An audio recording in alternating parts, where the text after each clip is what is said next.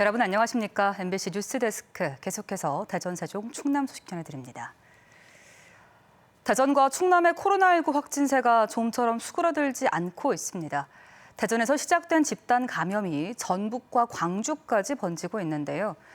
확진자들이 진술을 누락하거나 허위로 진술해 조기 방역과 확산 차단에 차질을 빚고 있습니다.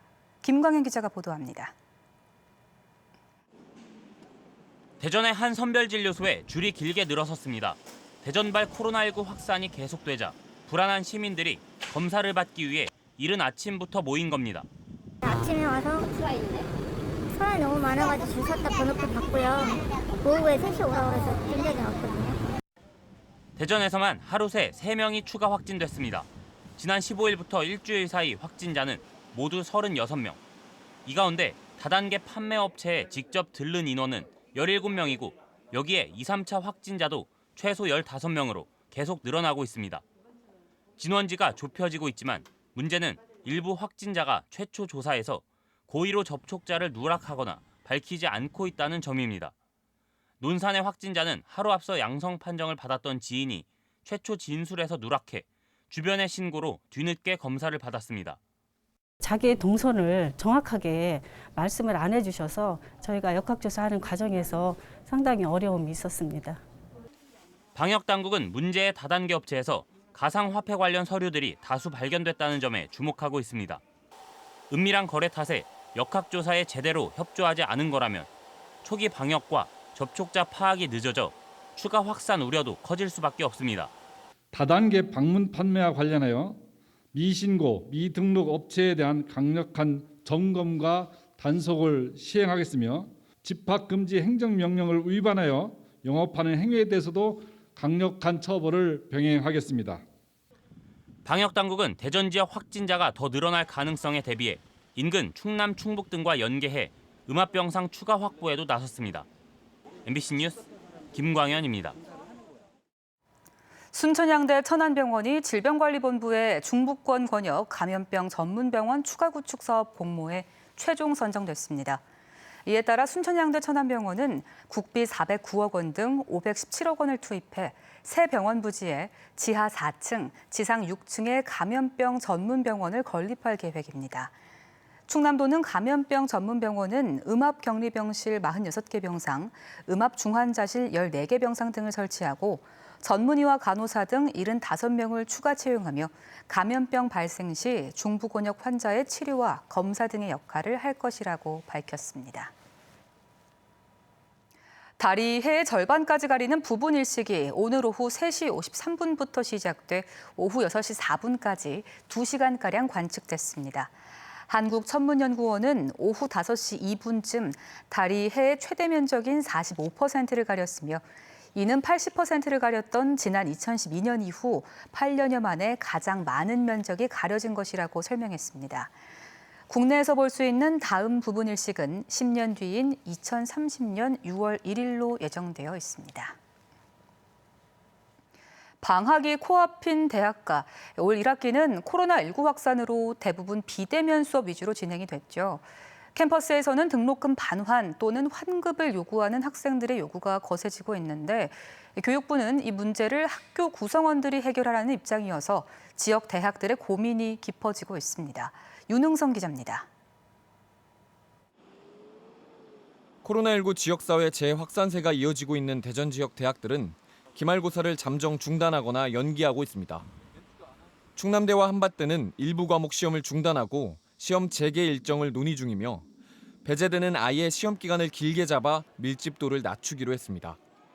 코로나19가 확산되면서 학기 내내 온라인 수업이 진행되고 학교 시설 이용조차 상당수 제한된 가운데 어느덧 1학기는 종강을 앞두고 있습니다.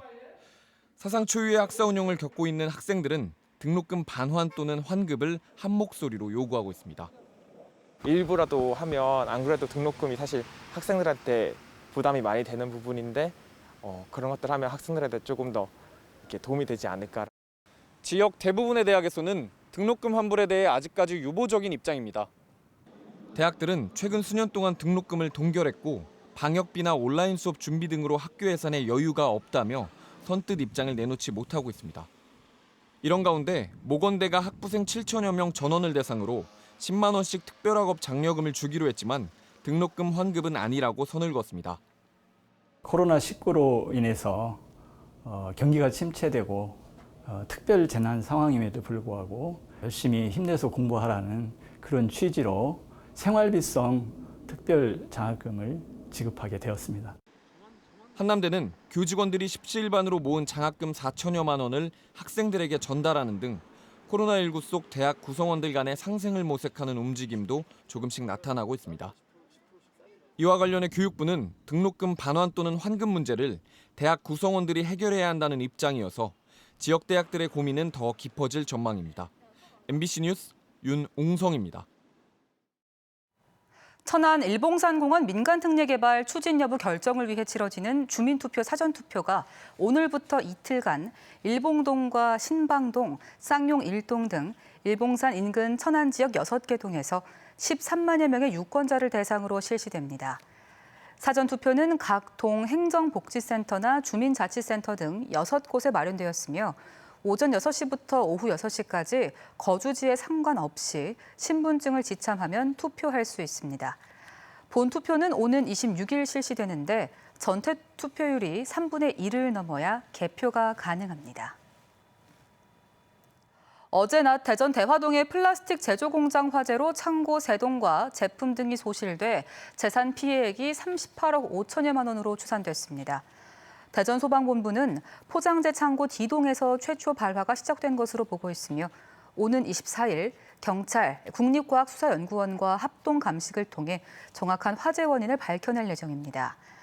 한편 어제 낮 2시 20분쯤 대전시 대화동 제1일반산업단지의 플라스틱 제조 공장에서 불이 나 4시간 만에 진화됐습니다.